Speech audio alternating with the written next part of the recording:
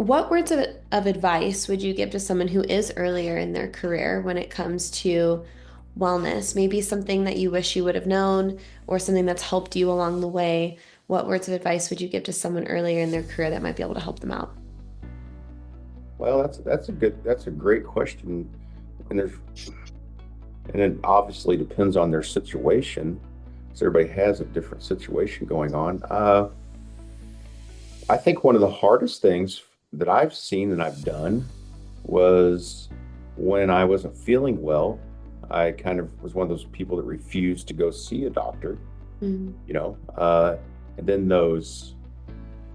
you really never got well like you should have, and then you even got more sick, those types of things. Um,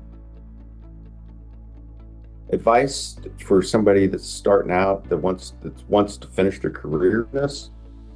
Um, like I tell the officers here, number one, you need to learn your job, and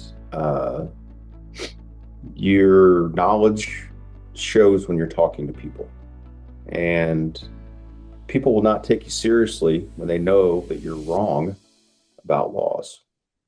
And you know, we've been told for years now that, well, they don't teach us this in the academy anymore. They just say you'll learn when you get to your department. Well, I think it's important that the guys know their laws. I know that they know their boundaries. Uh, don't be hesitant when it comes to having to use force when necessary, because those things are the ones that will cause you stress, like we were talking earlier about having that mental mindset of, I can handle this situation. I've been trained in this situation, you know, and my mind's going to take over when that situation comes because I've practiced this in my mind. And you have you have to come into work. You have to prepare yourself mentally for what could come because we never know what's going to come. Mm.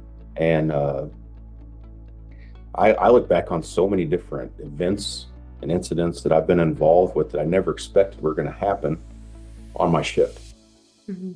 and because you always heard, oh, I'm glad that didn't happen on my shift, but I, we, you just,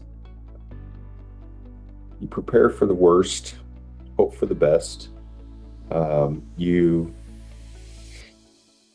have to train, you have to keep up your knowledge of current events that are going on.